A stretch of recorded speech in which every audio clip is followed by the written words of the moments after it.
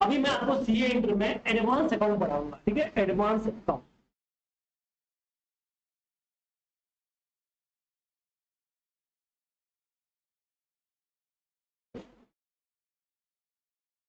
बंद कर देते हैं।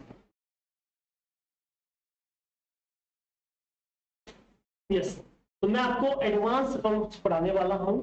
इस एडवांस अकाउंट को अपन दो पार्ट में डिवाइड कर सकते हैं, मतलब जो अपन पढ़ने वाले इसको दो पार्ट में करते हैं। एक को लिखेंगे कि उसमें जो चैप्टर्स होंगे वो प्रैक्टिकल चैप्टर्स होंगे, तो उसको हम लिखते हैं रिलेटेड टू द चैप्टर्स, मतलब उसमें पर्टिकुलर चैप्टर सम सॉल्व करने हैं। जैसे कैसे तुमने बचपन में फाइनल अकाउंट सॉल्व किया, एनपीओ किया, सम सॉल्व किया ना, उसमें पर्टिकुलर बड़े बड़े सम, वैसे ही यहाँ पे करने हैं, वो चैप्टर वाला पार्ट होगा। एक जो होगा उसका नाम है रिलेटेड टू अकाउंटिंग स्टैंडर्ड्स, जिसे प्यार से एएस बोलते हैं। तो सीए इंटर की जर्नी में अपन अपने सिलेबस को दो पार्ट में बांटते हैं, एक अकाउंटिंग स्टैंडर्ड वाला पार्ट, एक चैप्टर वाला पार्ट। कुछ चैप्टर में एएस भी कवर होते हैं, पर फिर भी मैं उनको चैप्टर ही बोलूंगा, क्योंकि उसमें आपको ज्यादा थियरी वाला पार्ट है नहीं, सिर्फ सम कॉन्सेप्ट समझना है, सम सॉल्व करने हैं। कुछ फॉर्मेट वाले चैप्टर है, कुछ नॉन फॉर्मेट वाले हैं, बट उसमें पर्टिकुलर तुमको सम ही सॉल्व करना है, ज्यादा कुछ करना नहीं है। और एक एएस वाला पार्ट है। एएस वाले में सम भी है, ऐसा नहीं सम नहीं है, सम भी है, थियरी भी है और मिक्स भी है। मतलब एएस जो पढ़ेंगे अपन वो तीन टाइप के एएस पढ़ने वाले। पहले जिसमें प्रैक्टिकल सम करेंगे पूरे, मतलब वो एएस में ज्यादातर मोस्टली इसमें सम ही है। कुछ एएस ऐसे होंगे जिसमें सम है ही नहीं, सिर्फ थियरी है, और कुछ एएस ऐसे जिसमें मिक्स है, दोनों है, थियरी भी है और सम भी है। तो हमने अपने सिलेबस को दो पार्ट में बांटा, related to the chapters and दूसरा related to the accounting standard, AS वाला, ठीक है। बट कुछ एएस मैंने बोले जैसे यहाँ पे भी कवर। अब जैसे चैप्टर में तुम्हारे पास कौन से चैप्टर है, तो फाइनेंशियल स्टेटमेंट कंपनीज है, कंपनी का फाइनेंशियल कैसे बनता है, कैश फ्लो स्टेटमेंट है, वैसे कैश फ्लो अपना में एएस भी है, अमालगमेशन है, इंटरनल रिकंस्ट्रक्शन है, बायबैक है, ब्रांच अकाउंट्स है, कंसोलिडेशन ऑफ फाइनेंशियल स्टेटमेंट जो अपना में एएस भी है। तो ये कुछ चैप्टर है जिसमें अपने को सम सॉल्व करना है। अब बचे हुए जो है वो अपने पर्टिकुलर एएस ही है, जिसमें अपने को थियरी वाले एएस, प्रैक्टिकल एएस, मिक्स वाले एएस, वो सब अपन पढ़ेंगे, ठीक है। तो इस तरह से किया। अब सब इसका कितना वेटेड है, तो आप ऐसे चलिए ऑलमोस्ट ये इक्वल मार्क्स वाले रहेंगे, ठीक है। तो अगर जैसे मैं चैप्टर की बात करूं, तो सबसे पहले इसमें आता है फाइनेंशियल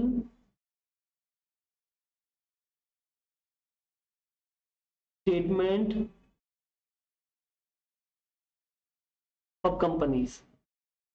दूसरा इसके अंदर आएगा कैश फ्लो स्टेटमेंट, ठीक है, ये अपना में एएस भी है, एएस 3। फिर जैसे आएगा इसमें इन्वेस्टमेंट अकाउंट, ये भी एएस है, एएस 13। फिर आएगा इंटरनल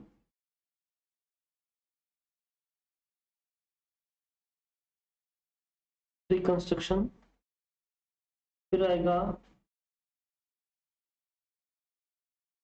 अमालगमेशन, ये भी एएस है, एएस 14। फिर आएगा कंसोलिडेशन ऑफ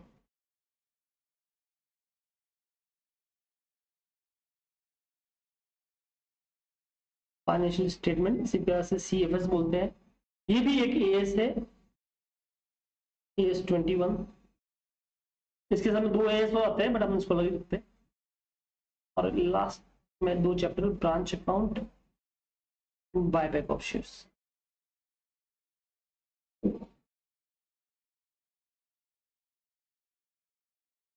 ये लो, ये तुम्हारे है चैप्टर। ये चैप्टर जो है वो है 50 से 60 मार्क्स के। कितने मार्क्स के हैं? 50 to 60 मार्क्स के ये चैप्टर। और बचे हुए जो तुम्हारे अकाउंटिंग स्टैंडर्ड होंगे वो होंगे 40 to 50 मार्क्स के। तो मान लो किसी के चैप्टर स्ट्रॉन्ग हो जाते हैं तो बढ़िया बात है, किसी के एएस स्ट्रॉन्ग हो जाते तो और बढ़िया बात है, दोनों स्ट्रॉन्ग होते तो बहुत ही बढ़िया बात है। ठीक है, तो मान लो कोई बोलता सर मेरा तो थियरी बहुत वीक है, कोई दिक्कत नहीं है, आप बिना थियरी पढ़े भी इसमें 70 मार्क्स लेके आ सकते हो, क्योंकि ये चैप्टर में थियरी है ही नहीं, तो जो है वो थोड़ी बहुत है, एग्जाम में क्वेश्चन आते हैं सीधे, कुछ एएस प्रैक्टिकल है तो उसमें आपका 70 मार्क्स कवर हो जाता है। और कोई बोले सर मेरे तो थियरी थोड़ी ज्यादा अच्छी है, तो कोई बात नहीं, थियरी वाले भी कुछ एएस है वो आप कर लो, 40-50 मार्क्स ऐसे ही आ जाएंगे उसमें। और बाकी थियरी के सब्जेक्ट है ही अपने पास में, लॉ है, आईडीडी है, ऑडिट है, एसएम है। तो सी इंटर जो कोर्स है ना वो इस तरह से है कि उसमें थियरी भी है और प्रैक्टिकल भी है। जैसे एडवांस अकाउंट है तो उसमें मोस्टली केस में प्रैक्टिकल, लॉ जो है वो पूरी थियरी है, डीडी जो है वो प्रैक्टिकल है वापस, थोड़ी बहुत थियरी भी है, आईडीटी में थोड़ी थियरी ज्यादा है प्रैक्टिकल कम है, पर दोनों है। कॉस्टिंग पूरा प्रैक्टिकल है, एफएम पूरा प्रैक्टिकल है, एसएम पूरा थियरी है, ऑडिट थियरी है। So it's like a theory practical mix. तो किसी का थियरी स्ट्रॉन्ग है वो भी पास हो सकता है, किसी का प्रैक्टिकल स्ट्रॉन्ग है वो भी पास होता है, किसी का आधा आधा है तो वो भी पास हो सकता है। तो सिलेबस ऐसा है कि आपको ऐसा कुछ में है ही नहीं, डिपेंडेंसी है ही नहीं कि मेरा थियरी अच्छा होना चाहिए तभी मैं पास होऊंगा या मेरा प्रैक्टिकल अच्छा होना चाहिए तभी मैं पास होगा, ऐसा कुछ नहीं। समझ में आया? तो वैसा रहेगा। तो अपना जो चैप्टर इस तरह से चैप्टर रहेंगे, तो कुछ एएस रहेंगे जो बचे हुए होंगे वो सब एएस वहां पे आ जाएंगे, और ये वाला कुछ चैप्टर रहेंगे। तो ये है तुम्हारा एडवांस अकाउंट का सिलेबस। अब जो एएस यहाँ पे कवर नहीं हुए वो अपन यहाँ पे अलग से पढ़ने वाले हैं। तो कौन कौन से एएस अपन पढ़ने वाले हैं वो भी आप देख लो।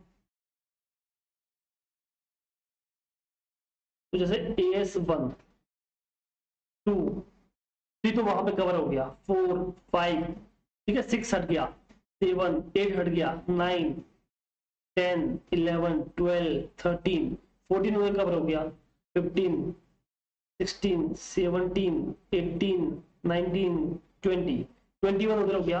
21 के साथ में मैं इसी चैप्टर में 2 और ले लेता हूं, 21, 23 एंड एएस 27, ठीक है, एएस के साथ में ले लेते हैं। तो 21 हो गया, 22, 23, 24, 23 यहाँ पे हो गया ना, 22, 24, 25, 26, 28 और 29, बस इतने एज तुमको पढ़ने हैं। अच्छा 13 तो अपन उसमें ले लिया ना, 13 था, बस ये कुछ एज है। तो 1, 2, 3, 4, 5, 6, 7, 8, 9, 10, 11, 12, 13, 14, 15, 16, 17, 18, 19, 20, 21, 21 एज तुमको पढ़ने हैं। मतलब सर 21, कुछ नहीं, कुछ कुछ एकदम छोटे छोटे आधा आधे घंटे में खत्म, कुछ एज में एक दिन पूरा जाएगा, कुछ एज में 3-4 घंटे में खत्म हो जाएंगे। तो ऐसे है, कुछ छोटे हैं, कुछ मीडियम साइज है, कुछ बड़े हैं। तो ऐसा नहीं कि सब को इतना करना है, नहीं, कुछ छोटे हैं, 17 हो गया, 18 हो गया, काफी काफी छोटे हैं, उसमें ज्यादा टाइम जाएगा नहीं। बट थोड़ा 20 है, 22 है, ये थोड़ा टाइम लगेगा, 10 हो गया, ये टाइम लगेगा थोड़ा सा, ठीक है। तो मिक्स टाइप का है, डोंट वरी। टोटल जो आपका सिलेबस रहेगा दैट्स अराउंड 150 आवर्स के आसपास रहेगा, 150 to 160 के आसपास का सिलेबस, ठीक है, पढ़ाने का। तो ये है तुम्हारा एडवांस अकाउंट का 100 मार्क्स। अब जो पेपर आएगा वो कैसे आएगा? तो सर पेपर में स्टार्टिंग के 2 पार्ट होंगे, मतलब पहला पार्ट होगा पार्ट 1, दूसरा होगा पार्ट 2। पार्ट 1 जो होगा वो एमसीक्यूज का, कौन सा होगा? एमसीक्यूज मतलब ABCD, कौन सा होगा? ABCD, ठीक है। तो उसमें से आपको मानना है, अच्छी बात सुनना, मस्त मजेदार बात, no negative mark till now. फिर तुम्हारी किस्मत फिर तुम्हारी किस्मत, but till now no negative mark, मतलब तू कभी आराम से मार्क आ सकती। कई बार तुक्के भी सही हो जाते हैं और बहुत अच्छे हुए भी है, बराबर है। बट वो एमसीक्यूज इतने सिंपल नहीं होते हैं, जैसे एडवांस में जब आएगा तो जो आपके 15-18 मार्क के जो एमसीक्यूज होंगे वो एक केस स्टडी बेस्ड क्वेश्चन पे होंगे, बहुत सारे अकाउंटिंग स्टैंडर्ड कवर होते हैं। एक पर्टिकुलर केस स्टडी बताएगा कि बंदे ने बिजनेस शुरू किया, मैं यहाँ पे ये किया, उसने ये खरीदा, वो खरीदा, सबका बताएगा आप इसी एज के हिसाब से क्या होगा, इसी एज के हिसाब से क्या होगा, ऐसा। तो पूरा लंबा चौड़ा केस स्टडी आएगा, उसके हिसाब से करना पड़ेगा। बट वो रिस्पॉन्सिबिलिटी मेरी है ना, तो चिंता मत। फिर एक दो क्वेश्चन डायरेक्ट आएंगे, 6-7 मार्क के डायरेक्ट आएंगे, जिसमें आपको सीधा कोई चैप्टर का या तो क्वेश्चन होगा या डायरेक्ट क्वेश्चन होंगे, इस तरह से अपना। और बाकी जो 70 मार्क का पेपर होगा वो बढ़िया वाला है, उसमें आपको बस सम सॉल्व करने रहेंगे मोस्टली केस में, 90% केस में आपको सम ही सॉल्व करना है। एक अगर कोई थियरी क्वेश्चन आगे तो आ गया, बाकी सब तुम्हें 70 मार्क में आपको सम सॉल्व करने रहेंगे। और यही पैटर्न सब जगह रहेगा, जैसे लॉ में भी वही सेम, एमसीक्यू 30 मार्क का, 70 मार्क का डिस्क्रिप्टिव, टेक्स्ट में भी वही रहेगा, सब में 6 पेपर में ये चीज रहने वाली। तो जैसे किसी का थियरी वीक है तो उसको चिंता करने की बात नहीं है, जैसे मैं बोला ना, सब तो लॉ का लैंग्वेज लिखना नहीं आता, पट्टा नहीं मारा जाता सर, कोई बात नहीं, 30 मार्क का एमसीक्यू उसमें ट्राई करो ऊपर लाने का। तो 30 में से अगर तुम 25-26 लेके आ गए तो पास होने के लिए 14 मार्क 15 मार्क तो चाहिए अभी, और बाकी प्रैक्टिकल में कर लो अच्छा स्ट्रॉ, वो भी हो सकता है।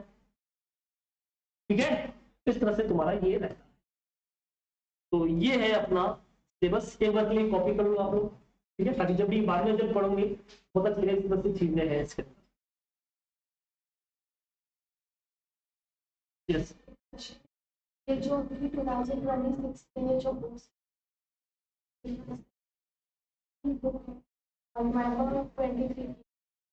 23 की नहीं, उसमें थोड़ा चेंज हो गया, वो आप नया मंगवा देना, ठीक है, इंस्टीट्यूट साइड से। चलो अभी अपन चैप्टर शुरू कर रहे हैं आज। ओके, अपना जो चैप्टर है उसका नाम है इंटरनल रिकंस्ट्रक्शन। क्या नाम है बेटा?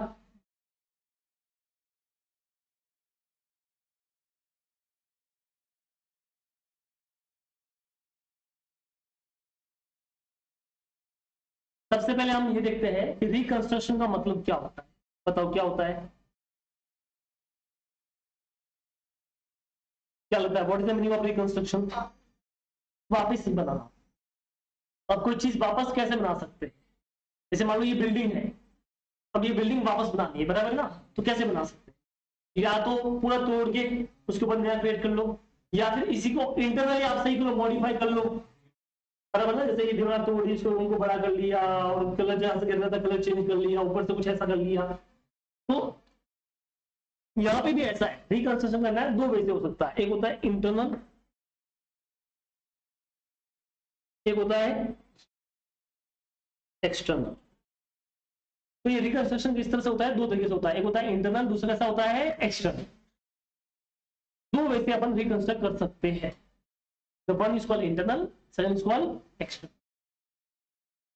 अब कोई कंपनी रिकंस्ट्रक्ट क्यों करना चाहेगा, सोचो, एक जैसे बिल्डिंग क्यों हम चेंज करते हैं, टूट रही है, फूट रही है, खराब है तो चेंज करते हैं, ऐसे ही कंपनी को क्यों रिकंस्ट्रक्ट करना चाहेंगे तुम्हारे हिसाब से, सोचो, कंपनी खराब कब होती है, कंपनी खराब होगी, और कंपनी खराब कब होती है,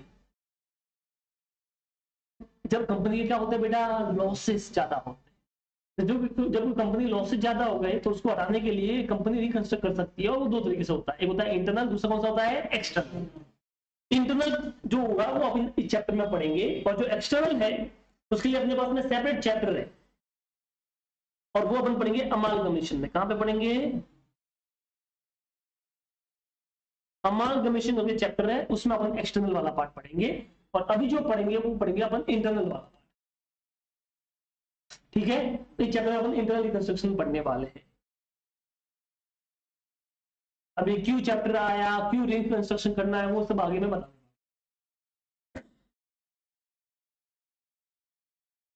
सबसे पहले ये समझते हैं चैप्टर वगैरह क्या है, क्यों आया। देखो, मेरी कंपनी है, मान लो इसकी ये बैलेंस शीट है, ठीक है, ये कंपनी है जमूरा लिमिटेड। कौन सी कंपनी अपनी?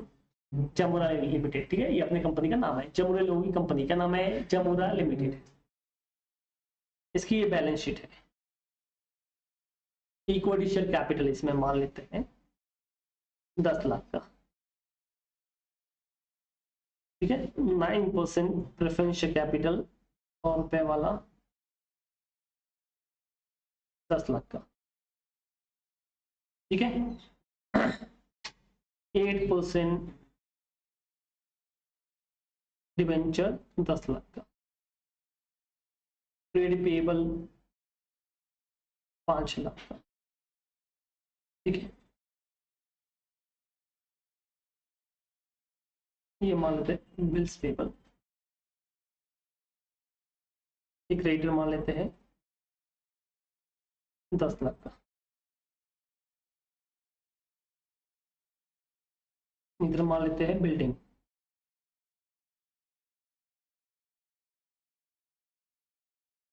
ठीक है, 10 लाख की, बट इसकी जो मार्केट वैल्यू है वो 3 लाख रुपए की है। ये आता है डेटस, ठीक है, मान लेते हैं 5 लाख का डेटस, 40-45 लाख बैलेंस। और इधर आ गया इसका profit and loss account, that is basically loss.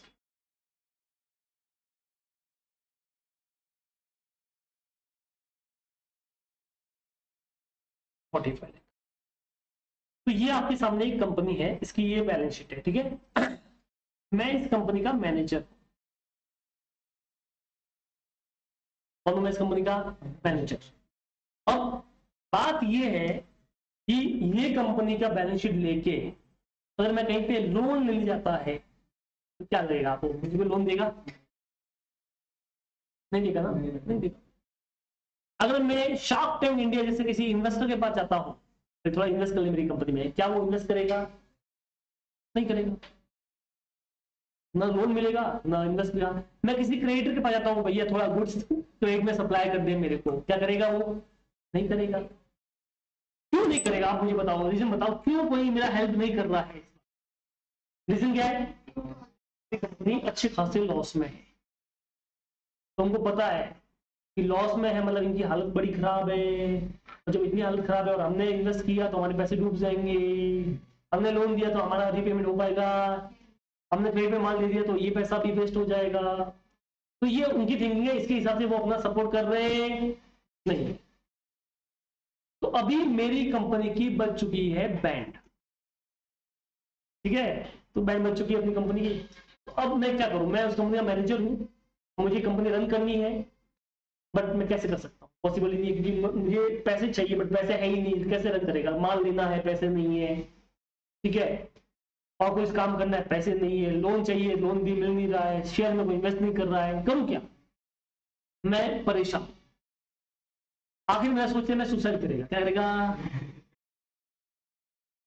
तो मैंने बोला रुको, क्यों एक आखिरी उम्मीद करके, एक आखिरी हिम्मत की जाए और एक दांव चला जाए। क्या बोले, समझ में आया? तो मतलब एक लास्ट ट्राई मारा जाए, मैंने एक लास्ट ट्राई मारा, ठीक है। अब वो ट्राई कैसा था वो समझ लेते। तो जैसे सबसे पहले मुझे इसमें एक बंदा चाहिए जो बनेगा जज, कि मैं जो करने वाला हूं उसके लिए मुझे एक अप्रूवल चाहिए। क्या चाहिए? अप्रूवल। वो चाहिए कोर्ट से, ठीक है, या शेयर होल्डर से। शेयर होल्डर को मारो गोली, कोर्ट से लेंगे अपन, तो मुझे कोर्ट से अप्रूवल चाहिए। किससे अप्रूवल चाहिए अपने को? कोर्ट से। तो कोर्ट में मान लो जज साहब है, कौन है? जज साहब। तो ये अपना जज बन जाता है, ठीक है। तो जज साहब की, हम गए कोर्ट में, कोर्ट में जब करेंगे, पाए लागू जज साहब, नमस्कार सर, नमस्कार सर, हाँ नमस्ते कर लिया। तो सर देखो ऐसी बात है, हमारी कंपनी है, इसका नाम है जमुना प्राइवेट लिमिटेड या लिमिटेड, एंड इसकी बैलेंस शीट है जिसमें कैपिटल है, प्रेफरेंशियल इक्विटी, डिबेंचर्स है, बिल्स पेबल है, क्रेडिटर्स है, बिल्डिंग है बट उसकी मार्केट वैल्यू 3 लाख के आसपास है, डेटर्स है और लॉस है। तो अभी क्या है कि इतनी हालत खराब है कि दिक्कत है, कंपनी बंद होने वाली है और मुझे बंद करनी नहीं है। तो अभी क्या, मैं कुछ करूंगा, बातें बातें करूंगा, लोगों से बात करूंगा, कुछ लोग मनमानी करेंगे और मेरी बात सुनेंगे नहीं, तो वो आपके पास आएंगे दौड़ के कि हमारे साथ गलत कर रहा है, पर आप उनकी बात सुनना मत, आप उनको निकाल देना धक्के मार के। निकालूंगी? मना कर दीजिए, सब क्या बोलते हैं? नहीं निकालूंगा। देखो जज साहब, आप समझिए, पहली चीज मैं कुछ इलीगल करने वाला, मैं कोई मारा मारी नहीं करने वाला, ठीक है, और मैं जो भी करने वाला हूं वो कंपनी के हित में करने वाला, ठीक है। अब आप ये समझिए कि अगर मैं कंपनी के हित में वो काम नहीं करता हूं तो अपनी कंपनी में कुछ 1000 एम्प्लॉई है। कितने एम्प्लॉई है? 1000। अब वो 1000 एम्प्लॉई बेचारे बेरोजगार हो जाएंगे, अब उनके घर पे बहुत सारे बीवी बच्चे होंगे, बराबर ना, तो अब वो कहाँ जाएंगे? अब भूख लगेगा बेचारे किसी को, और बच्चा घर पे भूखा है और पैसा में है नहीं उसके पास रोटी का, और फिर वो मेरे पास आएगा, मैं बोला यही जैसा जिसने मना किया, समझ जाओ सर।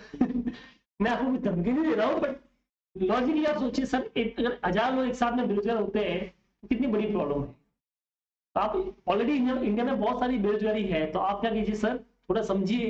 एक मैं लास्ट ट्राई कर रहा हूँ, तो मुझे करने दीजिए, तो आपको सपोर्ट चाहिए। मैं किसी को इलीगल काम नहीं कर रहा हूँ, मैं किसी का इतना खराब भी नहीं कर रहा हूँ, बस आप थोड़ा मेरे सपोर्ट कीजिए। करोगे सर?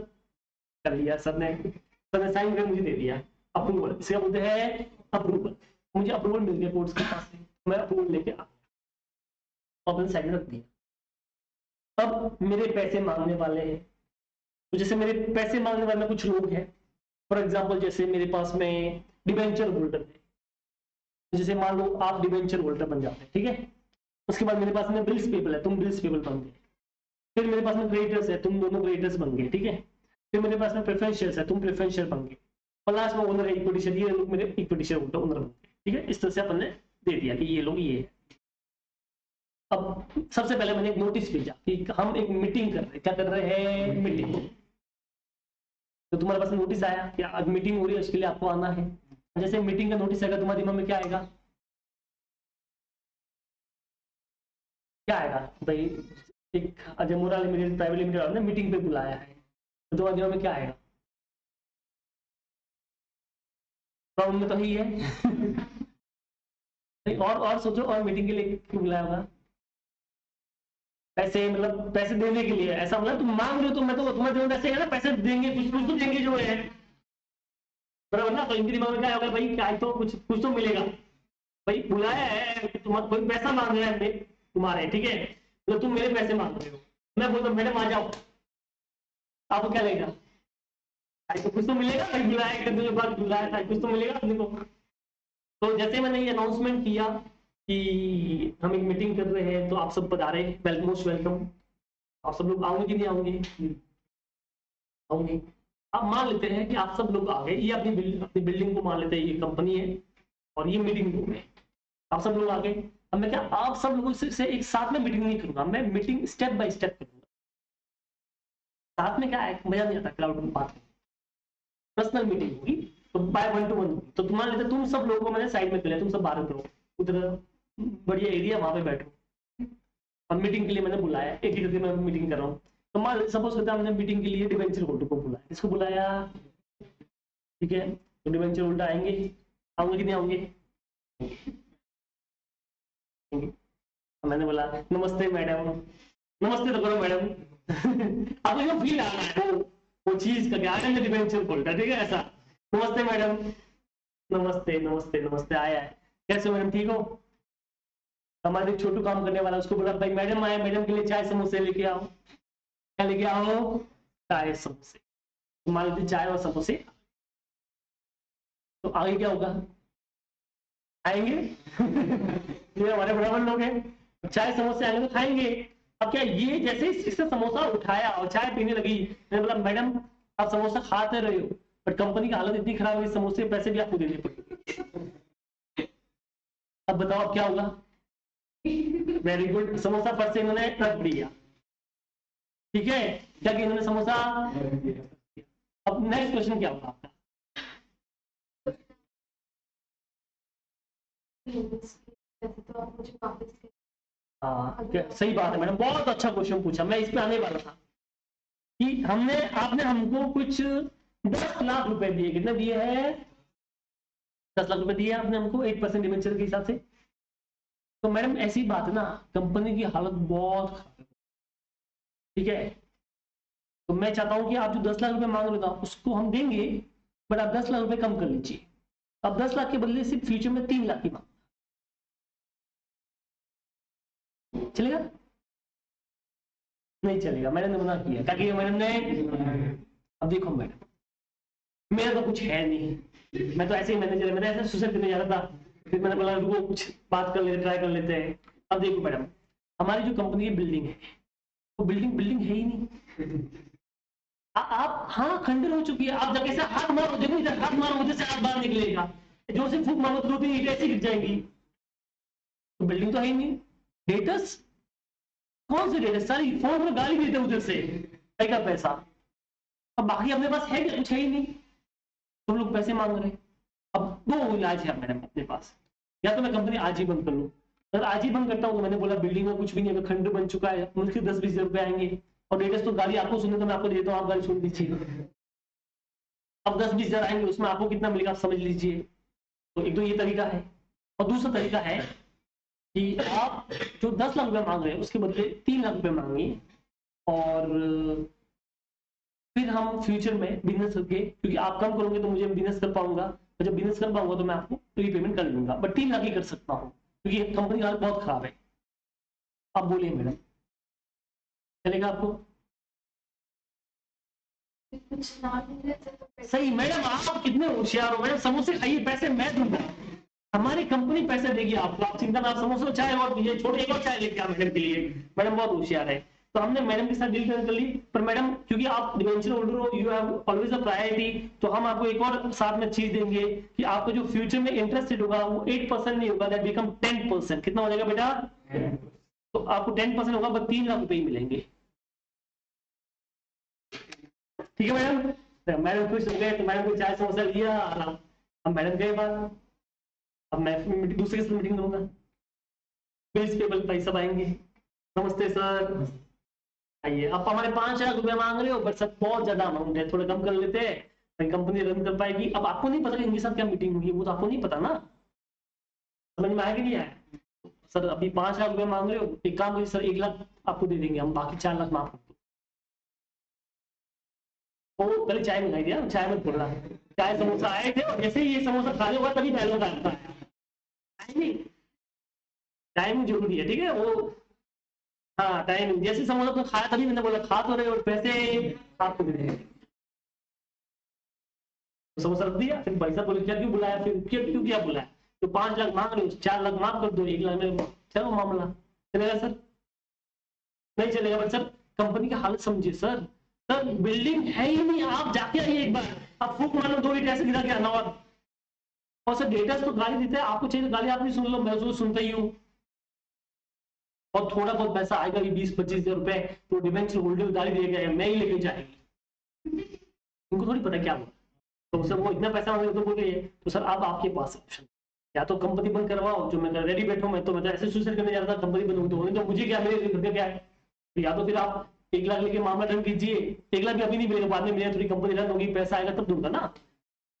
चलो आप थोड़ा मुझे ऐसे सर बहुत गुस्से में लग रहे हो, एक काम मुझे 1.5 लाख अपन कर लेंगे, ठीक है सर? अरे सर थैंक यू, समोसे खाइए आप। कल को मामला सेट कर लिया अपन ने, कितने में सेट कर लिया बेटा? 1.5 लाख। अच्छा 1.5 लाख अभी नहीं दूंगा, बाद में दूंगा, अभी तो मेरे पास पैसे ही नहीं है, कहां से दूंगा? वो तो बिजनेस रन करेंगे फिर देंगे, फिर बुलाएंगे क्रेडिटर्स को। आइए मैडम, नमस्ते, छोटू चाय समोसे लेके आओ मैडम के लिए। मैडम क्या करेंगे? समोसा चाय खाया, डायलॉग अपना रेडी, आ तो रहे और पैसे आपको देने पड़ेंगे। अब मैडम देखो, अब आपकी मर्जी, 10 लाख रुपए मांग रहे हो, 2 लाख में डन कर लेते हैं बात, और वो भी अभी नहीं, बाद में दूंगा।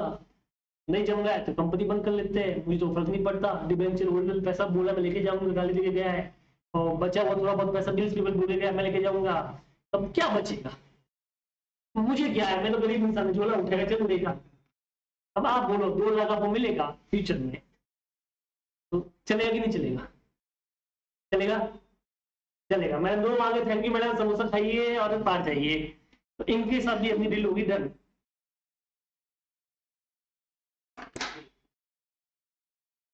हो सकता है ऐसा भी हो सकता है 2 में से 1 ना माने, 2 में से 1 तो बोला, ऐसा कैसे चलेगा? जो होगा मैं देख लूंगी, तो ये लोग कोर्ट भी जा सकते हैं।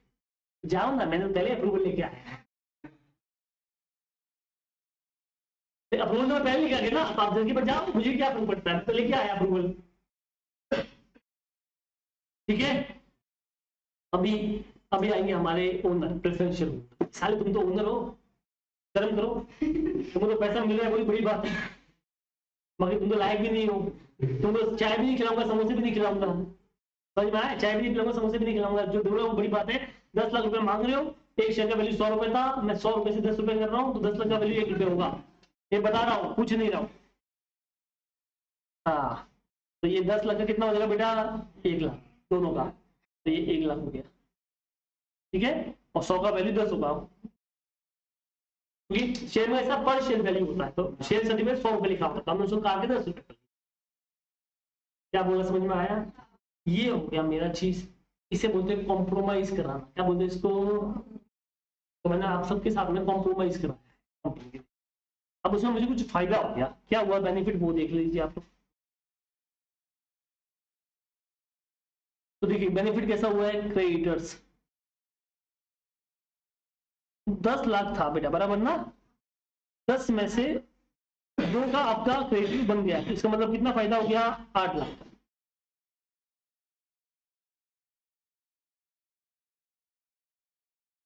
फिर बिल्स पेबल था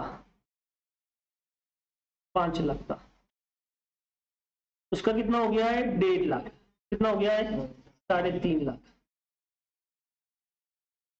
फिर था 10% डिबेंचर्स ना,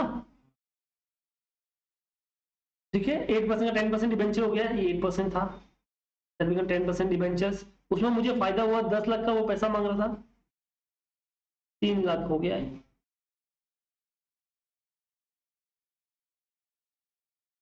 7 लाख हो गया है, बराबर ना? उसके बाद में अब देखिए प्रेफरेंशियल कैपिटल था, ठीक है, 10 लाख का। तो जो प्रेफरेंस शेयर था 9%, कितना 9% प्रेफरेंस कैपिटल 10 लाख का,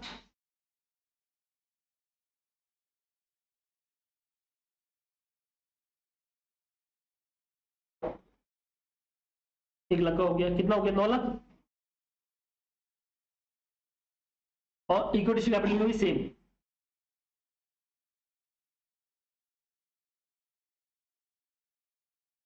दस लाख था,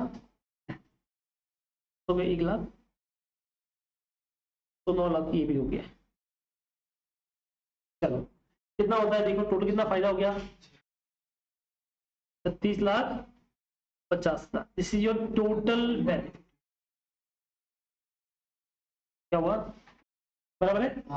चलो अब इस फायदे को करूंगा क्या, इस फायदे को मैं कुछ चीजें करूंगा। जैसे फॉर एग्जांपल मेरा जो बिल्डिंग था, कहता बेटा मेरा बिल्डिंग, ठीक है। अच्छा मैं एक काम करता हूँ, थोड़ा सा इसको ये कर लेता हूँ, मार्केट वैल्यू बढ़ा देता हूँ। मान लेते अपना मार्केट वैल्यू 5 लाख था, कितना था बेटा, 5 लाख। वो तो तुमको बेवकूफ बना रहा था ऐसे ही, बाकी 5 लाख था। और डेट भी फोन उठा रहा था, वो तो मैं ऐसे ही तुमको बोल रहा हूँ, ठीक है। तो अब क्या होगा, मेरे जो कुछ नुकसान है वो मैं कम इसके सामने सेटअप, फायदे के सामने सेटअप कर देता हूँ। जैसे फॉर एग्जाम्पल मेरी बिल्डिंग थी 10 लाख की, तो अभी उसको फालतू दिखाने से मतलब नहीं है, तो मैं इसको ओरिजिनल वैल्यू पे दिखाता हूँ, जो मार्केट वैल्यू कितनी होगी बेटा, 5 लाख। मैं इसको 5 लाख पे लेकर, ठीक है। तो मैंने यहाँ से बिल्डिंग का जो लॉस था, ठीक है, इसको अगली हेडिंग डाल देते, लॉस सेटअप।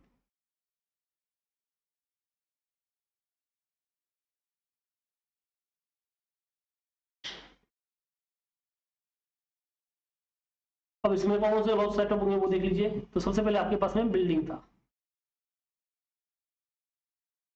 ठीक है। अब देखिए बिल्डिंग में क्या है, तो बिल्डिंग आपकी कितनी की थी बेटा, 10 की, बराबर ना?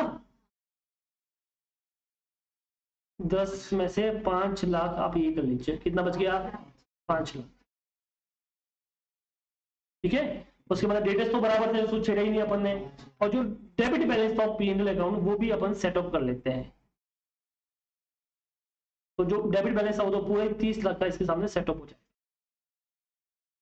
इस 36,50,000 के सामने 5 लाख और 30 लाख हटा दीजिए, माइनस कर लीजिए, कितना बच गया, 1,50,000, बराबर है। ये फायदा बच गया, क्या बच गया, ये फायदा। देखो टोटल बेनिफिट अपना कितना हुआ था इस सब करने के बाद में, 36,50,000।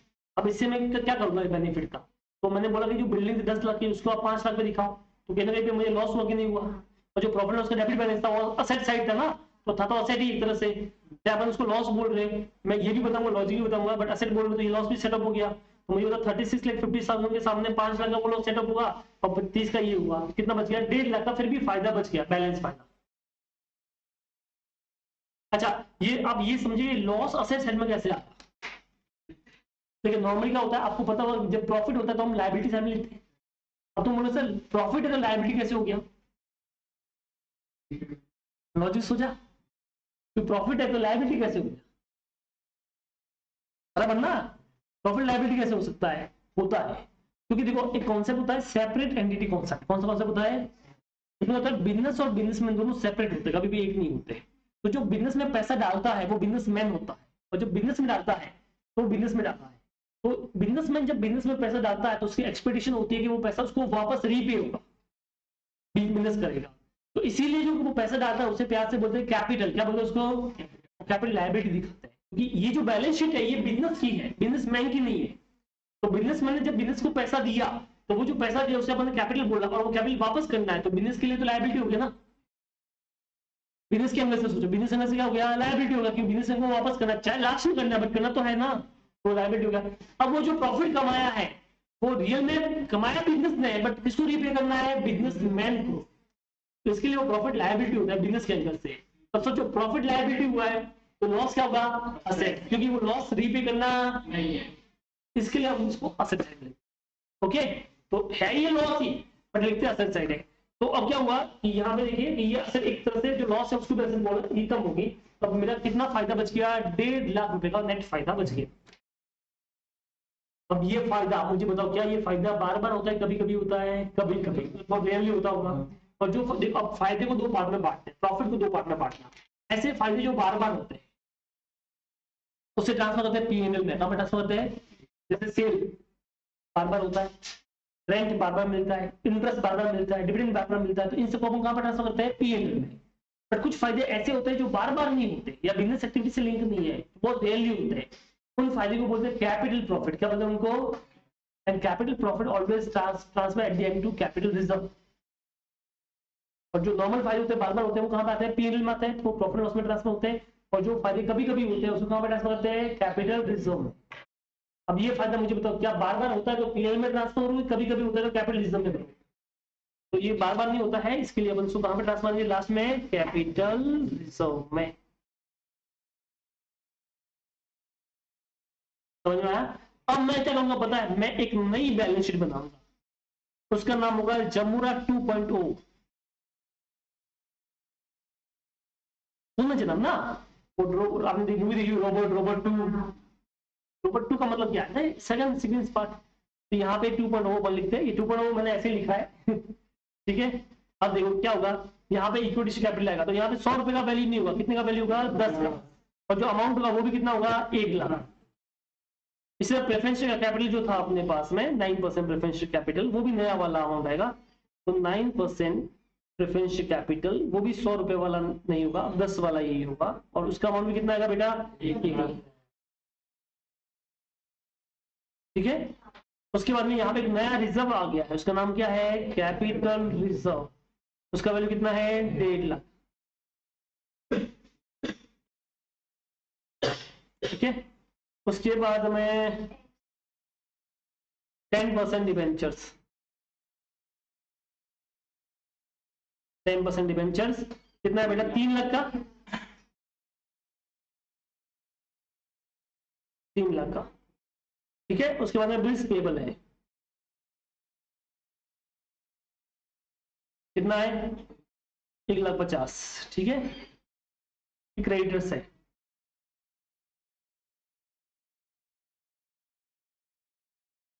कितना है, 2 लाख। अब इधर से सेकंड में बात कर लेते हैं। तो बिल्डिंग थी,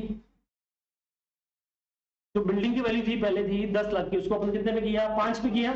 तो अभी जो नई बिल्डिंग है उसका वैल्यू कितना होगा, 5 लाख।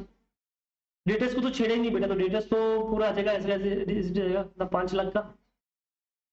ठीक है। अब जरा टोटल मार्केट चेक करो, 1 2 3 5 और 7 8 9, कुछ रहेगा क्या, क्रेडिटर आई गेस कोई था, डिबेंचर 3 का था, 3 10 हो रहा है, तो ठीक है। तो ये 10 लाख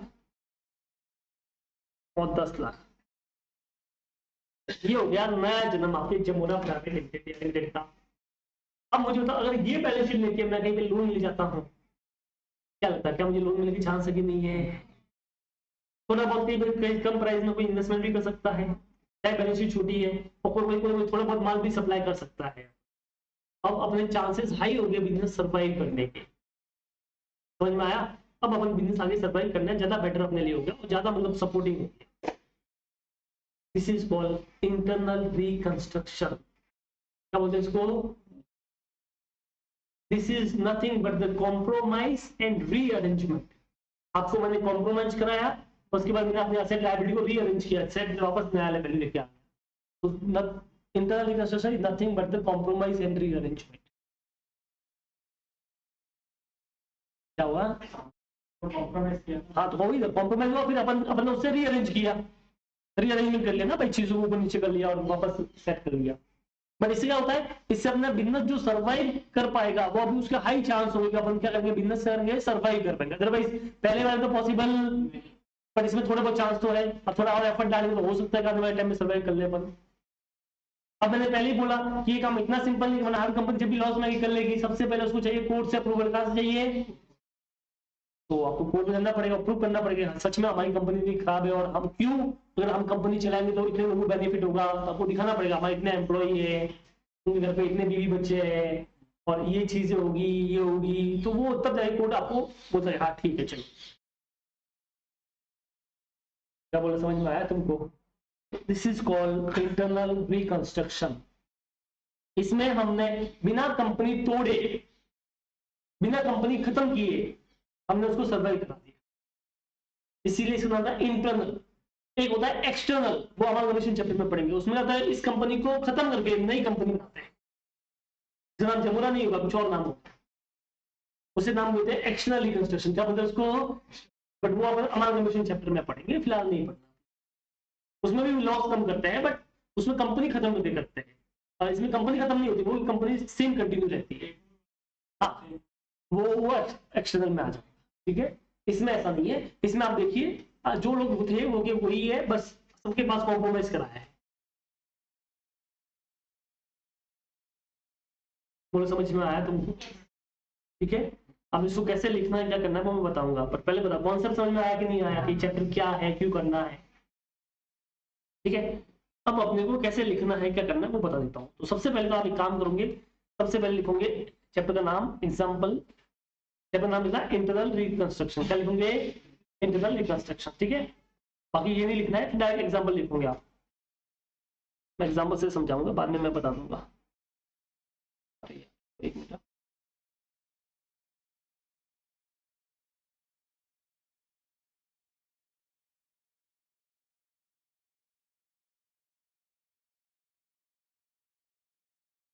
एक काम करता हूँ, एक तुम्हारे लिए वापस बना दूँ बैलेंस शीट। हाँ लिखूंगा एग्जाम्पल, नाम लिखना जमूरा प्राइवेट लिमिटेड, ये बैलेंस शीट, लायबिलिटी साइड, ये असेट साइड, ठीक है। इक्विटी शेयर कैपिटल 100 रुपए वाले 10 लाख, 9% प्रेफरेंशियल कैपिटल, के बाद में कितने परसेंट डिबेंचर था तुम्हारा? 8%,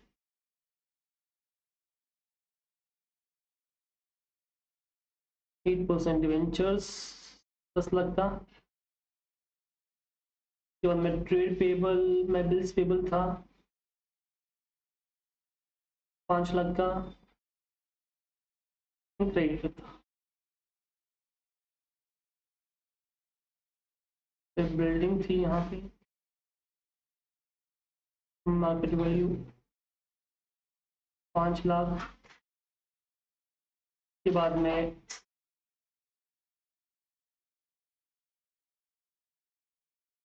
ये हो गया।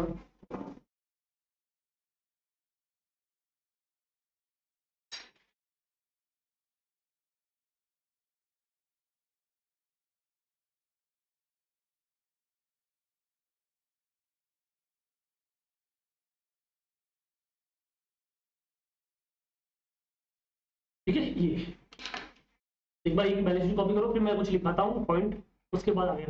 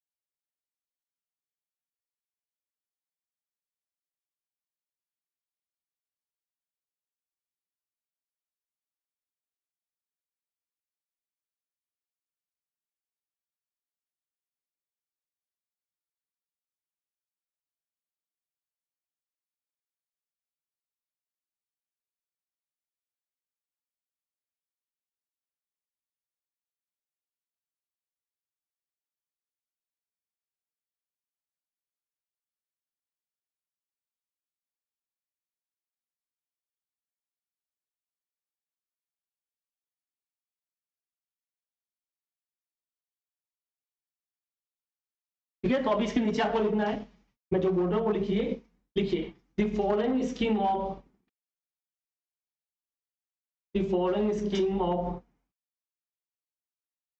reconstruction the following scheme of reconstruction has been sanctioned by the following scheme of reconstruction has been sanctioned by court.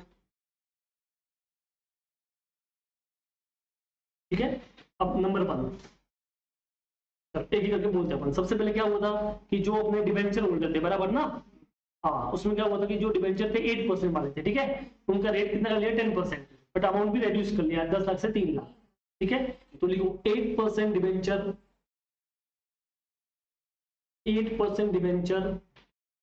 Converted into 10% debentures,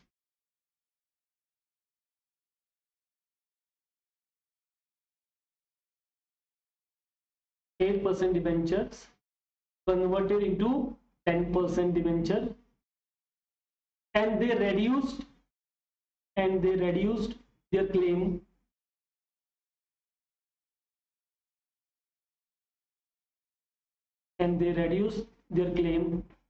by 7 lakh rupees,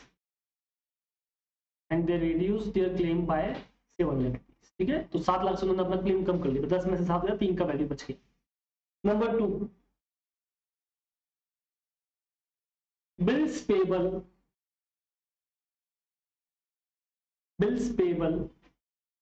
reduced their claim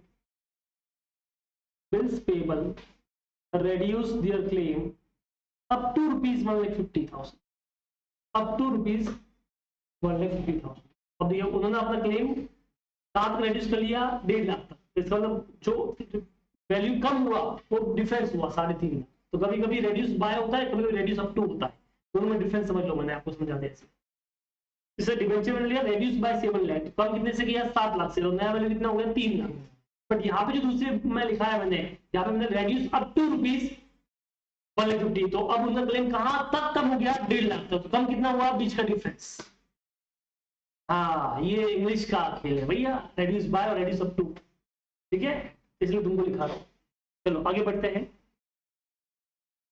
creditor number 3, creditor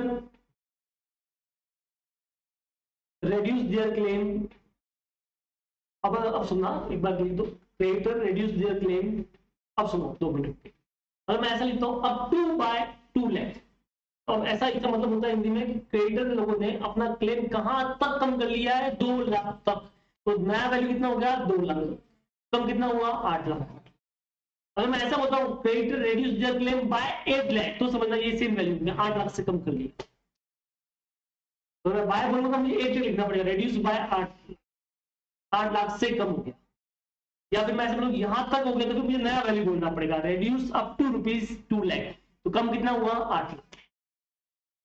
समझ में आया? थोड़ा सा English है आपको समझना पड़ेगा, reduce bye बोल रहा हूं, रेड्यूस अप टू बोल रहा हूं, तो जैसे मैं दोनों यूज कर रहा हूं, जैसे इसमें आप अप टू करते हैं, क्या बोला मैंने, creditor reduce their claim up to rupees 2 lakh, up to rupees 2 lakh लिख दो, तो इसका मतलब 2 लाख रुपए तक कम हो गया, तो क्लेम में कम कितना हुआ 8 लाख। जैसे तुम्हारी फीस है, मान लो 1 लाख रुपए फीस है तुम्हारे, अरे सर थोड़ा डिस्काउंट दे दो, ऐसा सारे ठीक है, चल मैंने बोला ठीक है, काम करता हूं तुझे मैं 10,000 रुपए तेरा फीस में 10,000 से कम करता हूं, इसका मतलब फीस कितना कम हुआ 10,000 ही हुआ ना, मैं तेरी फीस 10,000 तक करता हूं,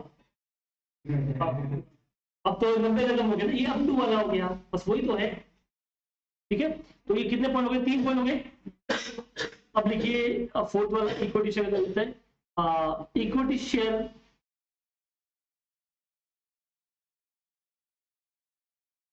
इक्विटी शेयर होल्डर reduce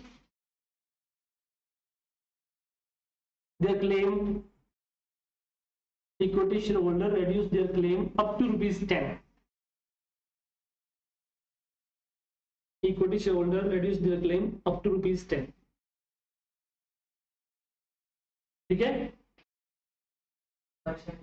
हाँ 10 पर शेयर। चलो प्रेफरेंस का वैसे देखो, 9% preference share holder, 9% preference share holder reduced their claim up to ₹10।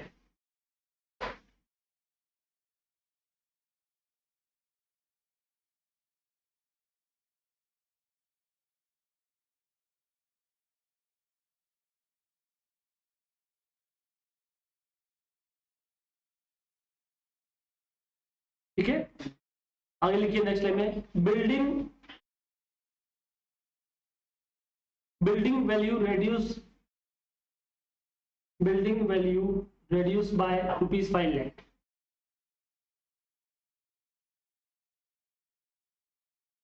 ठीक है, अब ये जो मैं पॉइंट बोलने जा रहा हूं, ये नहीं भी बोले तो भी तुमको करना है, क्योंकि ये सारा खेल इसके लिए होता है, वो है प्रॉफिट एंड लॉस का डेबिट बैलेंस रिटर्न ऑफ का, बराबर है। कभी कोई क्वेश्चन नहीं भी बोलेगा तो भी तुमको करना है, क्योंकि खेल इसके लिए हुआ है, तो ये तो भूलना ही नहीं है अपने को।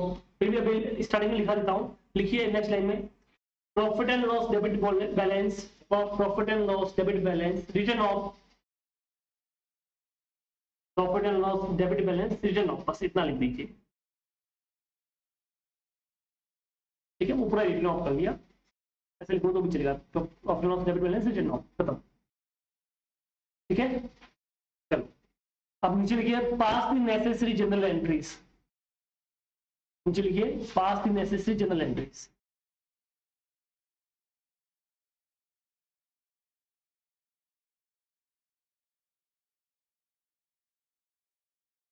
ठीक है, अब सुनिए, देखिए बैलेंस शीट जैसे मैंने यहाँ पे चीज दी, काट के कट ऐसा कैसा रियल लाइफ में कर सकते हैं? रियल लाइफ में always you have to follow some system. जैसे आपके पास मान लो कंप्यूटर में करते हो तो यू हैव टैली ERP9 या समथिंग जो सॉफ्टवेयर होगा सैप का, वो सब सिस्टम होंगे, तो उसमें कोई भी चीज चेंज करने के लिए you always have to pass the entries, ऐसे डायरेक्ट होती नहीं है, तो आप कभी ऐसे काट के नहीं कर सकते, आपको एक प्रॉपर सिस्टम फॉलो करना पड़ेगा। तो जो भी चेंज होगा बैलेंस शीट में, वो चेंज हमेशा एंट्री के थ्रू ही होगा, चाहे कोई भी चैप्टर हो लाइफ में, ध्यान रखना कोई भी चेंज बैलेंस शीट में करते हो तो हमेशा इसके थ्रू होता है, एंट्रीज के थ्रू ही होगा, क्योंकि बुक्स में आने का तरीका एक है जनरल एंट्री, जाने का तरीका भी क्या है जनरल एंट्री, और चेंज करने का भी तरीका जनरल एंट्री से। तो अपने को ये काटाकुटी नहीं चलेगा एग्जाम में और ना रियल लाइफ में, तो अपने को ये क्या करना पड़ेगा, इसके लिए जनरल एंट्री सीखना पड़ेगा, इस तरह से जनरल एंट्री की। अब आपने ये एग्जांपल देखिए, ये तो समझ लिया होगा कि कहीं ना कहीं पे इसमें या तो कोई फायदा हो रहा है कंपनी को या कुछ नुकसान हो रहा है, दोनों हो रहा है। अब क्या होता है, जो कैपिटलिज्म होता है ना, जो फायदा नुकसान जैसे हमने यहाँ पे डाला वो सब कहाँ पे डाला, कैपिटलिज्म में डाला। अब आपको ये पता होना चाहिए जो भी फायदा या नुकसान होता है वो कैपिटलिज्म में डालते हैं, बट कैपिटलिज्म को बार बार लेके आ सकते नहीं है, क्योंकि वो अच्छा नहीं लगता, वो एक रिजर्व जो ईयर एंड में अपन करते हैं, ठीक है, या बीच में भी कर दो, एक बार ही लेके आने का, बार बार लेके आने का नहीं। तो हम क्या करेंगे, यहाँ पे इस फायदे या नुकसान के लिए एक टेम्परेरी अकाउंट ओपन करेंगे। कौन सा अकाउंट? टेम्परेरी। एक टेम्परेरी अकाउंट होगा, टेम्परेरी का मतलब एक टाइम के लिए आएगा तो खत्म हो जाएगा, उसका नाम है कैपिटल रिडक्शन अकाउंट। क्या नाम होगा उसका? जैसे रिकंस्ट्रक्शन अकाउंट भी बोलते हैं, ऑप्शनल नाम है, निक नेम है, जैसे तुम्हें प्यार से कुछ बोलते होंगे, ठीक है, कुछ भी पिकू मिकू चिकू, वैसे ही उसको प्यार से क्या बोलते हैं, रिकंस्ट्रक्शन अकाउंट। तो यहाँ पे मेन जो उसका नाम है, उसका नाम है कैपिटल रिडक्शन अकाउंट। कौन सा नाम है? दैट इज टेम्परेरी अकाउंट, जो लास्ट में खत्म हो जाएगा, मतलब टैली हो जाएगा, डेबिट क्रेडिट टैली होगा, नो बैलेंस। ठीक है, चलो, तो अभी जो भी गेन या लॉस होगा उसको आपको ट्रांसफर करना है कैपिटल रिडक्शन में। तो आपने जो भी पॉइंट लिखे उन सबकी अपने को एंट्री पास करनी है। क्या पास करनी है? एंट्रीज। ठीक है, तो एंट्री नंबर 1 लिखो, एंट्री नंबर 1। एक एक की अपने को एंट्री पास करनी है। जैसे हमने सबसे पहले किसको बुलाया था, तो अगर मैं जनरल एंट्री लिखूं,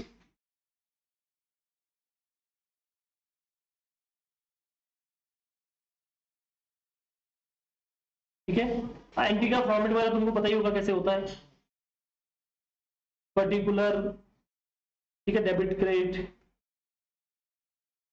ठीक है, LF लिखो नहीं लिखो चल देगा।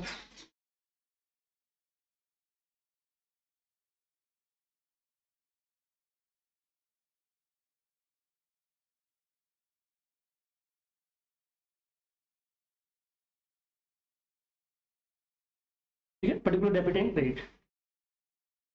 चलो एक एक एंट्री अपन करते हैं। तो जैसे स्टार्ट विद, सबसे पहले मैं 2-3 एंट्री करा रहा हूँ, ध्यान से सुनना। जैसे सबसे पहले ट्रेड पेबल की एंट्री पास करो, ठीक है, नंबर 2 पॉइंट की, क्यों उसका भी लॉजिक है, 2 मिनट बाद में बताऊंगा। सबसे पहले ट्रेड पेबल की एंट्री पास करता हूँ। अब आप देखिए ट्रेड पेबल मेरे लिए क्या है, असेट है कि लायबिलिटी है? लायबिलिटी है। अच्छा, वो लायबिलिटी बढ़ रही है कम हो रही है? कम हो रही है, तो लायबिलिटी क्रेडिट होती है, ध्यान रखना, asset debit liability credit. Liability credit होती है, कम हो रही है, तो उल्टा करना पड़ेगा। तो you have to debit the liabilities, ठीक है। तो ट्रेड पेबल अकाउंट डेबिट।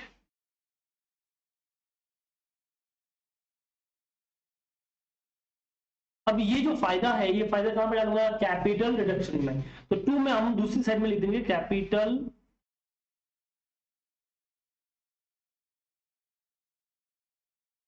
चलो trade payable account debit to capital reduction, ठीक है। कितना बेटा अमाउंट देखो, तो आपके कितने क्रेडिटर थे पहले, ट्रेड पेबल कितने थे, अच्छा नहीं एक मिनट, बिल्स पेबल है, क्रेडिटर 2 है ना, तो मैंने ट्रेड पेबल लिख दिया, जो नाम है वो यूज करेंगे। क्या नाम है, क्रेडिटर ना, तो क्रेडिटर या बिल्स पेबल भी ले लो, क्रेडिटर ले लेते पहले। क्रेडिटर देखो, क्रेडिटर मेरे है 10 लाख के, उनको मैंने लिखा है 2 लाख पे, तो कहने पे 8 लाख कम हो गए बराबर ना, तो 8 लाख से ये एंट्री हो जाएगी, ठीक है। नरेशन नहीं लिख रहा हूँ फिलहाल, बाद में बता दूंगा, नरेशन सिंपल लिखनी है, being creditor reduce their claim by rupees जो भी है 8 जो भी है, ठीक 8000। बोलो समझ में आया ये वाला, ये एंट्री समझ में आई है तुमको, क्या एंट्री क्रेडिट लायबिलिटी होता है बेटा, लायबिलिटी क्रेडिट होता है, कम करना है, डेबिट कर लिया, फायदा कहां पे ट्रांसफर कर लिया, कैपिटल रिडक्शन, सारा फायदा नुकसान कैपिटल रिडक्शन में। नंबर 2 अब बिल्स पेबल को जाते हैं, बिल्स पेबल भी क्रेडिट था, लायबिलिटी उसको भी कम करना है, तो आप बिल्स पेबल कितने से कम कर रहे हो, आपने लिखा है, तो देखो आपके बिल्स पेबल थे 5 लाख के बराबर ना, जिसको आप 1.5 लाख में लेके आ गए, तो मतलब 3.5 लाख से कम किया, तो entry will be bills payable account debit.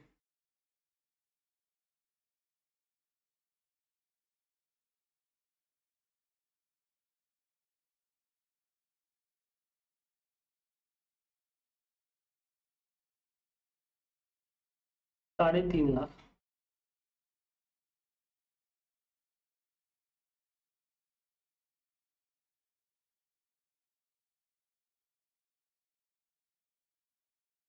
अरे हाँ कि ना, समझा ये वाला।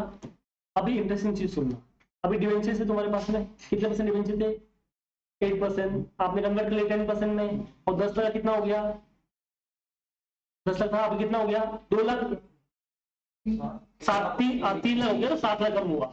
अब इसकी एंट्री कैसे करो तुम बताओ, तो जो कैसे एंट्री पास करनी चाहिए, हाँ अब जैसे बोले कि डिवेंचर और डेबिट कैसे कर लो, मैं वैसे कर लेता हूँ, बड़ी दिक्कत है क्या, क्या जो लेजर पहले था, क्या नई बैलेंस शीट में वही लेजर के लेजर चेंज हो गया, जैसे बिल्स पेबल तो वही लेजर काम आ रहा है, ट्रेड पेबल में भी वही, क्रेडिटर में भी वही लेजर काम आ रहा है, तो जो डिवेंचर है क्या उसमें वो 8% वाला डिवेंचर काम आ रहा है, 10% वाला आ रहा है, वो चेंज हो गया बराबर ना। देखो हर चीज का लेजर होता है, तो 8% डिवेंचर का भी तो लेजर होगा, तो जैसे ट्रेड पेबल का लेजर होगा, तो आगे भी वही ट्रेड पेबल कंटिन्यू हो रहा है, वही लेजर कंटिन्यू हो रहा है, तो हमने डायरेक्ट कर लिया, बिल्स पेबल में भी वही लेजर कंटिन्यू हो रहा था, वो भी डायरेक्ट कर लिया। पर ये जो डिवेंचर है, क्या वही लेजर सेम लेजर कंटिन्यू हो रहा है कि चेंज हो रहा है, चेंज लेजर, तो आपको पहले पुराना वाला पूरा हटाना पड़ेगा और नया वाला लेके आना। वेरी गुड, पहले 8% वाला हटा देंगे अपन, फिर 10% वाला लेके आ जाएंगे। अब 8% वाला हटाना है तो लायबिलिटी क्रेडिट होती है, हटाने के लिए डेबिट करना पड़ेगा, तो 8% डिवेंचर अकाउंट डेबिट करेंगे, ये पूरा हटाने का पूरा, क्योंकि अपने को 8% चाहिए नहीं अपने उसमें, तो ये पूरा 10 लाख से हट जाएगा। पर मुझे बताओ क्या सिर्फ हटाने से काम होगा कि नया लेके भी आना पड़ेगा, नया भी लेकर आना पड़ेगा, तो इसके बदले 2 में अपन लिख देते नया वाला 10% डिवेंचर, क्योंकि लायबिलिटी बढ़ती है तो क्रेडिट करना, तो ये लायबिलिटी बढ़ रही है 10% वाली 8 के बदले, पर ये कितनी बढ़ रही है, सिर्फ 2 लाख से, और बाकी का फायदा हो गया, और वो फायदा कहां मिलेगा, कैपिटल सेक्शन में। 3 लाख है, 3 लाख लिखते हैं, सॉरी 3 लाख लिखते हैं, तो ये 7 लाख आ गया। अब ऊपर वाली एंट्री और इसमें फर्क समझिए क्या किया, क्योंकि वहां पे लेजर सेम है, तो अगर मैं trade payable account debit to trade payable to capital करता हूं, मतलब भी नहीं है ना, पर यहाँ पे क्योंकि लेजर चेंज हो रहा है, इसके लिए मुझे ऐसा करना पड़ा कि पुराना हटाएंगे नया लेके आएंगे। लॉजिक समझ में आया तुमको, ठीक है, ये ध्यान रखना। और इसी तरह से अब जैसे प्रेफरेंस शेयर्स है, अब तुमको क्या लग रहा है प्रेफरेंस शेयर का भी लेजर चेंज करना ही वही है, करना पड़ेगा, क्योंकि जो शेयर्स होते हैं इक्विटी शेयर और प्रेफरेंस शेयर्स, वो उसके लेजर हमेशा फेस वैल्यू पे बनता है, किसपे बनते हैं, अब बताओ क्या फेस वैल्यू 100 की 10 हो गया, ऑटोमेटिक 10 थोड़ी रहा, पहले हम लोगों से 100 वाला लेंगे फिर 10 वाला देंगे, तब होगा ना, आप उनको थोड़ी खुद से काट के 10 कर दो, ऐसे थोड़ी करेंगे। जैसे नोट होते हैं, नोटबंदी में आप देखो नोट होंगे, अब मान लो मोदी जी बोलते कि 10 का नोट है, ये पुराना नोट हो गया, इसके बदले नया नोट जारी करेंगे, तो क्या ऑटोमेटिक हम खुद ही काट के नया कर लेंगे कि हमको वो नोट बैंक में जमा करके नया लेना पड़ेगा?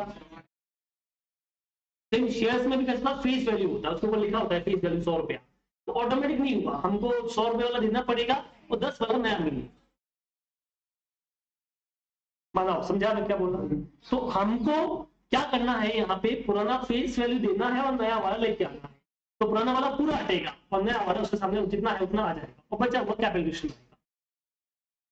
ठीक है, हाँ, तो इसकी एंट्री भी ऐसी होगी 9%, मैं शॉर्ट में लिखा हूँ preference share capital account debit to 10% preference share capital account. यहाँ पे पूरा 10 लगाएगा, बट ऐसा नहीं लायबिलिटी के लिए 10 लगी, 10 लगे, एक नई लायबिलिटी भी आ रही है 1 लाख की, तो वो 1 लाख मैंने यहाँ पे लेके आ गया।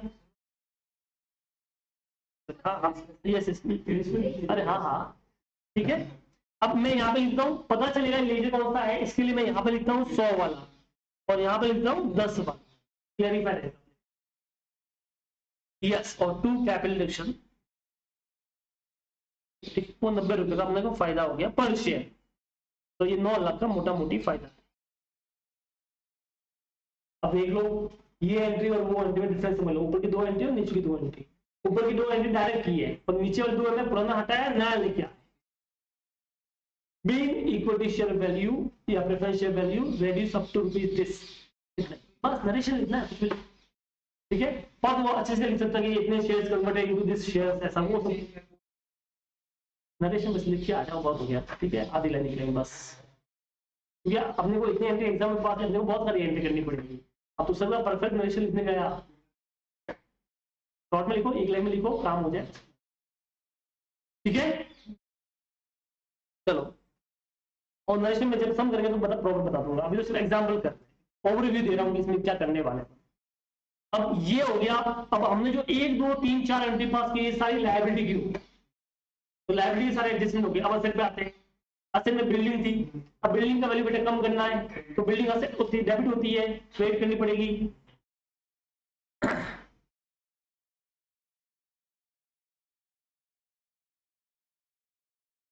टू बिल्डिंग काउंट, भाई उसका लेजर चेंज नहीं हो रहा तो सेम लेजर रखेंगे, तो एक डायरेक्ट एंट्री पास कर लेंगे 5 लाख से। अभी लॉस कहां पे लिखेंगे, कैपिटल डिडक्शन में, तो वो डेबिट हो जाएगा इस बार।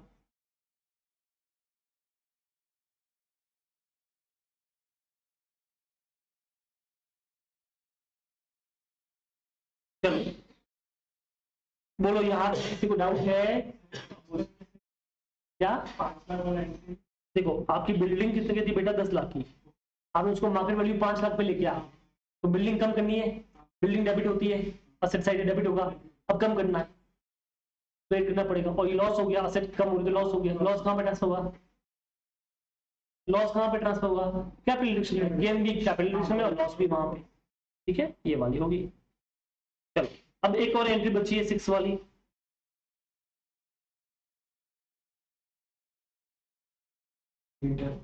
डेटेस तो नहीं, उसमें तो कुछ किया ही नहीं अपन ने, तो क्यों छेड़ना है, इसमें कुछ था ही नहीं तो उसको भी छेड़ना है। अब प्रॉफिट एंड लॉस का डेबिट बैलेंस था, डेबिट बैलेंस था तो ऑब्वियसली तुमको हटाने के लिए क्रेडिट करना पड़ेगा,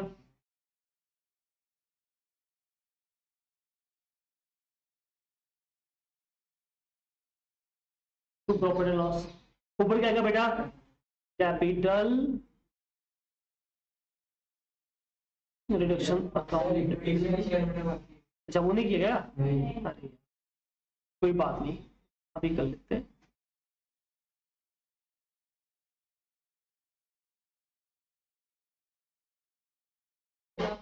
मतलब फॉर्मेट होता है पहले लायबिलिटीज के, नहीं नहीं कुछ नहीं, वो तो तुमको ऐसे बताना ही कर रहा हूँ, हाँ हाँ हाँ, कैसे भी कर सकते हो।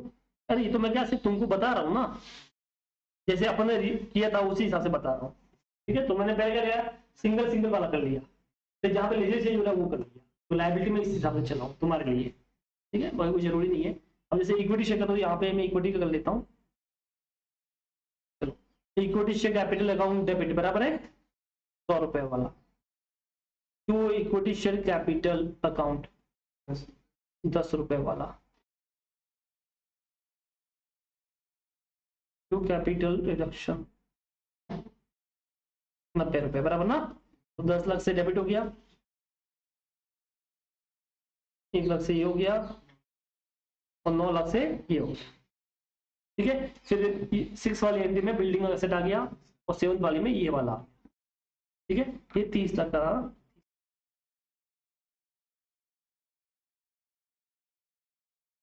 खत्म नहीं हुआ। कैपिटल को भी अब लास्ट में क्योंकि ये सारा मामला खत्म हो गया है, तो एट द एंड में जो भी गेन या लॉस का नेट बचता है, कैपिटल का नेट बचता है, उसको कहां पे ट्रांसफर करना है? Capital reserve. तो अब देखिए कैपिटल रिजर्व की बात करूं तो जो कितना फायदा हो, क्रेडिट हुआ तो फायदा, डेबिट हुआ तो नुकसान। तो 8 लाख का फायदा, फिर 3.5 का फायदा, फिर 7 लाख का फायदा, फिर 9 लाख का फायदा, फिर 9 लाख का फायदा, ये सब फायदा। इसमें से डेबिट बैलेंस माइनस कर लिया, 5 लाख का नुकसान और 30 लाख का नुकसान। तो क्रेडिट प्लस किया, डेबिट डेबिट माइनस किया, तो नेट बच गया, नेट 1.5 लाख बच गया। अब 1.5 लाख बचा है क्रेडिट साइड में, किस तरफ बचा है? क्योंकि क्रेडिट की टोटल ज्यादा है, डेबिट की कम है, तो क्रेडिट में ज्यादा बचा है। अब इसको हटाना है, इक्वल करना है, तो क्या करेंगे? उसको डेबिट कर लेंगे। तो ये बैलेंस को ट्रांसफर कर लेते हैं, तो कैपिटल अकाउंट डेबिट हो जाएगा।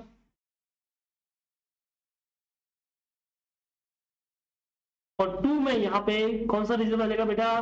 Capital reserve account. ठीक है, 1.5 लाख का। अब ये खत्म हो।